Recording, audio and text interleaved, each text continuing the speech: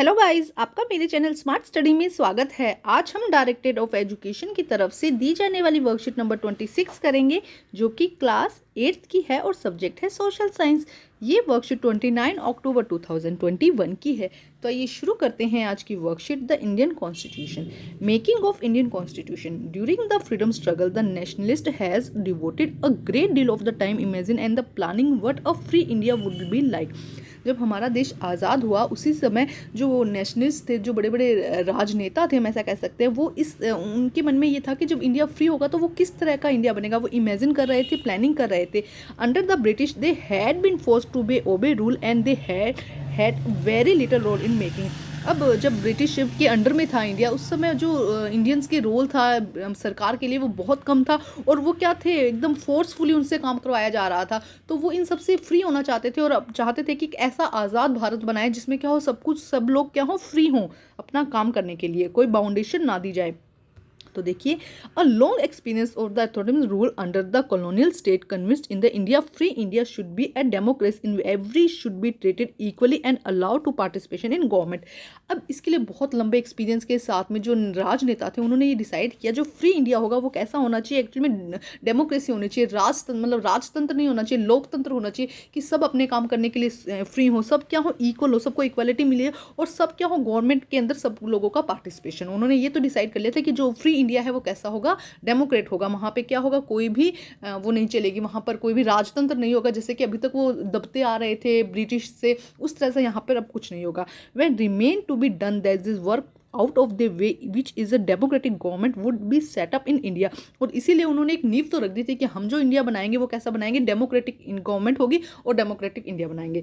In independent India every citizen will have equal opportunity and all will have equal right to share the government. अब इसके लिए देखो, उन्होंने कुछ rules और नियम जो उन्होंने पहले ब्रिटिश ने बनाए थे उनको सबको उन्होंने नकार दिया, और उन्होंने क्या कहा कि जो भी इंडिपेंडेंट इंडिया होगा ना, उसमें सब लोगों को इक्वल अपॉर्चुनिटी मिलेगी और इक्वली क्या मिलेगा, राइट मिलेगा गवर्नमेंट में पार्टिसिपेशन के लिए।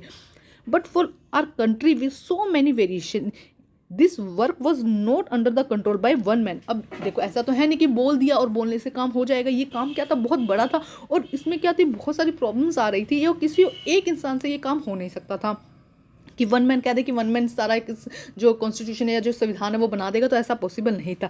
तो इसके लिए क्या किया गया, 300 people contribute the completion of the work. अब इसके लिए 300 लोगों को लगाया गया, 300 लोगों की एक टीम बनाई गई, और उनको बोला गया कि आप इस तरह से, हम ये चाहते हैं कि हम एक डेमोक्रेटिक कंट्री बनाना चाहते हैं, तो उस सारी चीज़ें बताई कि ऐसी ऐसी चीज़ें हमें चाहिए। तो उसके लिए उन्होंने क्या किया, 300 लोगों की एक कमेटी बनाई, who were the member of the constitution assembly form in 1946। 1946 में एक असेंबली बनाई गई। एक क्या बनाएगा, कॉन्स्टिट्यूशन या संविधान सभा जिसे कहते हैं, वो बनाया गया जो इस काम को देखने वाला था, जिसमें कितने लोग थे, 300 लोग थे। Constitution assembly meeting continue to 3 next day. उसके बाद 3 साल तक ये क्या हुई, ये असेंबली थी, ये चलती रही, इसकी मीटिंग्स होती रही। When the constitution of India was for finally क्या हुआ, इंडिया का जो कॉन्स्टिट्यूशन है वो बन गया। The drafting committees of the constitution assembly was headed by the doctor Bhimrao Ambedkar. और ये जो टीम थी ना, ये जो असेंबली उन्होंने बनाई थी, उनका हेड कौन थे, उनके हेड थे डॉक्टर भीमराव अंबेडकर। अब देखते हैं आगे, main feature of the constitution. अब जब ये बोल दिया कि उनके हेड को कौन बताया गया, कि हेड डॉक्टर भीमराव अंबेडकर बताया गया, उनके हेड कौन बने, भीमराव अंबेडकर। अब देखिए, these member of the constitution assembly had a responsibility in front of them. अब उनके सामने क्या थी, बहुत बड़ी रिस्पॉन्सिबिलिटी दी गई थी कि इंडिया को डेमोक्रेटिक बनाना है, उसके लिए जो नियम है, जो कानून है, वो आप लोगों को बनाने, तो बहुत बड़ी रिस्पॉन्सिबिलिटी थी। There were many communities in India. हमारे इंडिया में, हमारी कंट्री में क्या है, अलग अलग टाइप की कम्युनिटीज, अलग अलग टाइप के लैंग्वेज के लोग रहते हैं, अलग अलग टाइप के धर्म के लोग रहते हैं, तो बहुत बड़ी मुश्किल थी उनके सामने। He had the same language, neither was a religion nor was a same culture. ना तो उनका कल्चर सेम, ना ही उनकी लैंग्वेज सेम, ना ही उनका रिलीजन सेम। उनकी क्या थी, लैंग्वेज सेम नहीं, रिलीजन सेम नहीं, कल्चर सेम नहीं, तो इसके लिए बहुत ज़्यादा प्रॉब्लम लग रही थी उनको। Anyway, what was the constitution was being written, our country was going through a lot of turmoil, but this member bravely perform their duty by the preparing documents which shows a deep respect of diversity while maintaining the national unity. अब इसके बावजूद भी उन लोगों ने बहुत मेहनत की और एक ऐसा कॉन्स्टिट्यूशन, एक ऐसे डॉक्यूमेंट्स तैयार किए जिसके अंदर डाइवर्सिटी को रिस्पेक्ट दी गई। हमारे देश में इतनी डाइवर्सिटी है, उसको भी रिस्पेक्ट दी गई, और जो नेशनल यूनिटी है, जो एकता है, उस पर भी ध्यान दिया गया। तो ये थी हमारी कॉन्स्टिट्यूशन किस तरह से बना, और फाइनली जो बनकर आया तो क्या उसके अंदर आया वो हम देखेंगे। Main feature of the constitution federalism, it mean different type of government at different level to govern the country. In our country government works in 3 level. देखो क्या कहा जा रहा है कि फेडरलिज्म किसे कहते हैं, कि हमारे देश में या चलो किसी भी देश की बात करते हैं, फेडरलिज्म क्या होता है कि गवर्नमेंट को अलग अलग लेवल में डिवाइड कर दिया जाता है, first government, second government, third government. तो क्या किया गया है, लेवल सिर्फ एक गवर्नमेंट ना हो कि गवर्नमेंट को क्या क्या अलग अलग लेवल में डिवाइड कर दिया जो अपना अपना काम संभालेगी। It mean different type of government, government को क्या किया गया, डिफरेंट टाइप में डिवाइड कर दिया गया है। अब देखो क्या कहा गया कि गवर्नमेंट को क्या किया गया, डिफरेंट लेवल में डिवाइड कर दिया गया, डिफरेंट लेवल बना दिए गए गवर्नमेंट के। तो उससे हम क्या कहते हैं, फेडरलिज्म कहते हैं। एक गवर्नमेंट ना होकर गवर्नमेंट तो एक उसको क्या किया गया, 3 पार्ट्स में डिवाइड कर दिया गया है। और अगर हमारे देश की बात करते हैं तो 3 लेवल्स हैं। फर्स्ट लेवल है नेशनल लेवल, स्टेट लेवल और लोकल सेल्फ गवर्नमेंट। देखो क्या हो जाएगा, फर्स्ट क्या है, सेंट्रल गवर्नमेंट। अब जैसे कि हम ये बनाते हैं इंडिया का मैप, देखो रफली बनाते हैं, तो इस यहाँ पे देखो क्या है, सबसे पहले जो गवर्नमेंट है वो कैसी होगी, सेंट्रल गवर्नमेंट, जो पूरी इंडिया को कवर करेगी, ठीक है, पूरी इंडिया की हर एक चीज़ को देखेगी। सेकंड है स्टेट गवर्नमेंट। तो अब इंडिया में क्या है, छोटे छोटे पार्ट्स में डिवाइड है ना, तो ये छोटे छोटे पार्ट में क्या है, हर एक स्टेट है, तो उन स्टेट का एक हेड होगा, वो क्या करेगा, उस स्टेट में एक गवर्नमेंट होगी जिसे हम क्या कहेंगे, स्टेट गवर्नमेंट। और लास्ट है, इन स्टेट को भी क्या आ गया, छोटे छोटे पार्ट में डिवाइड किया गया, पंचायत या गांव हम जिन्हें कहते हैं ना, डिस्ट्रिक्ट कहते हैं, तो वहाँ पे एक अलग गवर्नमेंट होगी जिसे हम क्या कहेंगे, पंचायत राज सिस्टम, या हम कहेंगे म्युनिसिपल कॉर्पोरेशन। ध्यान से समझो, इसका एग्जाम्पल के साथ समझाती हूँ। जैसे कि आपके स्कूल के एक प्रिंसिपल हैं, तो वो क्या हो जाएंगे, सेंट्रल गवर्नमेंट। वो क्या करेंगे, पूरे स्कूल को देख रेख संभालना काम उनका है। अब आपकी आती है क्लास टीचर। क्लास टीचर का काम क्या है, अपनी क्लास को देखना कि अपनी क्लास में कौन कितने बच्चे हैं, क्या काम कर रहे हैं, तो वो काम किसका हो जाएगा, क्लास टीचर का, मतलब कि स्टेट गवर्नमेंट का। फर्स्ट क्या हुआ, सेंट्रल गवर्नमेंट, प्रिंसिपल सर क्या हुए या प्रिंसिपल मैम क्या हुई, सेंट्रल गवर्नमेंट जो पूरे स्कूल को देख रही है। उसके बाद स्टेट गवर्नमेंट क्या हुई, आपकी क्लास टीचर जो आपकी पूरी क्लास का ब्यौरा रख रही है, हर एक चीज़ रख रही है। उसके बाद आते हैं सब्जेक्ट टीचर, जो सिर्फ अपने सब्जेक्ट को देखेंगे, जैसे कि पंचायत राज सिस्टम या म्युनिसिपल कॉर्पोरेशन।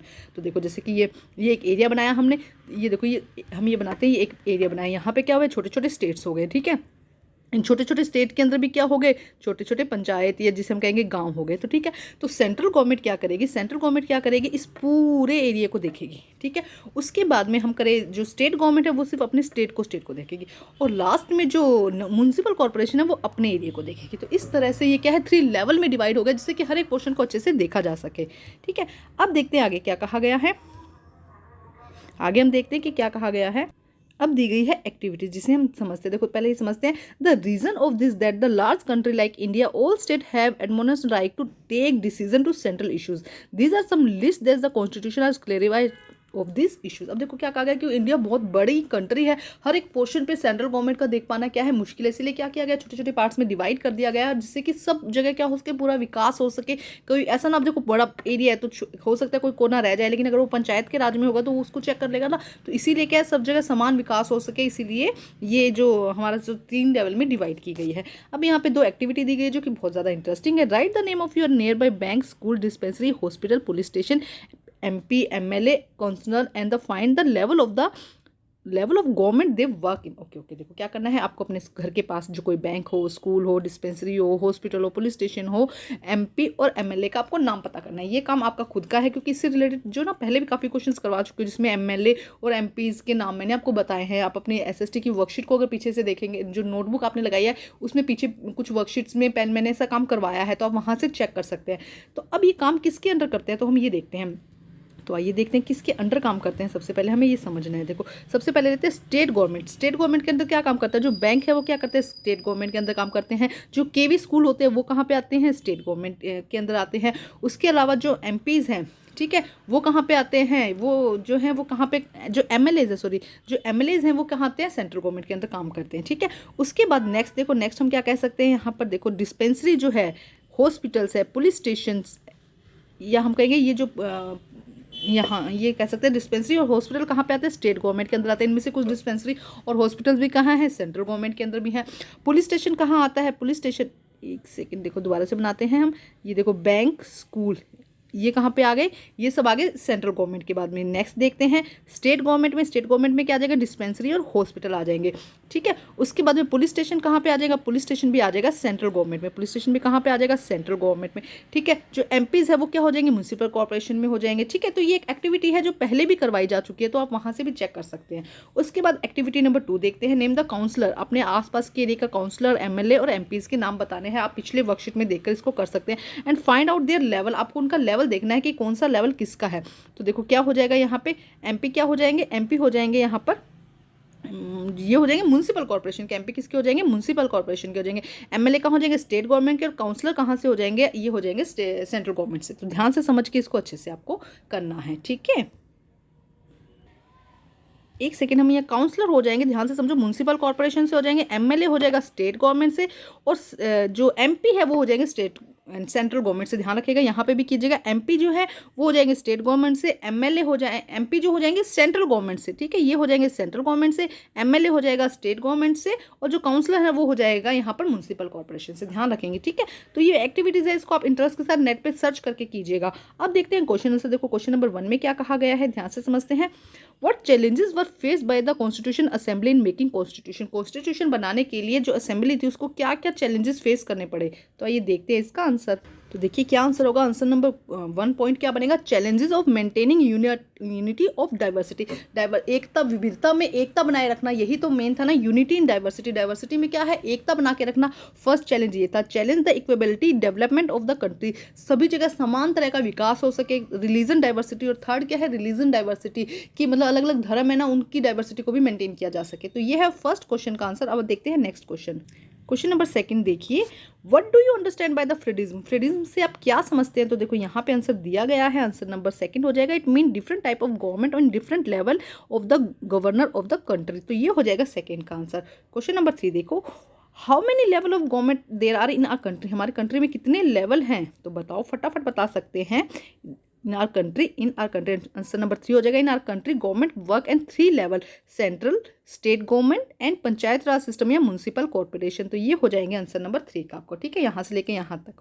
अब देखते हैं नेक्स्ट क्वेश्चन क्या कहा गया है। क्वेश्चन नंबर 4 देखते हैं, why is federalism system is governance important for our country. Federalism का जो सिस्टम था 3 लेवल गवर्नमेंट का, हमारे लिए क्यों इंपॉर्टेंट है। तो आइए देखते हैं इसका आंसर।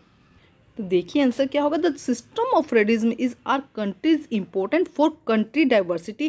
कंट्री की डाइवर्सिटी के लिए जरूरी था। इक्विटेबल डेवलपमेंट, इक्विटेबल डेवलपमेंट क्या हो सके, इक्वल हो सके, एंड पब्लिक पब्लिक क्या कर सके, पार्टिसिपेशन कर सके अपना गवर्नमेंट में। तो ये 3 रीजन थे जिसकी वजह से जो क्या था, फेडरलिज्म हमारी कंट्री के लिए इंपॉर्टेंट हो गया। तो ये थी आज की वर्कशीट को कंप्लीट करके अपने टीचर से चेक करवाइए, और प्लीज़ मेरे चैनल को लाइक कीजिए, सब्सक्राइब कीजिए और शेयर कीजिए। Thank you.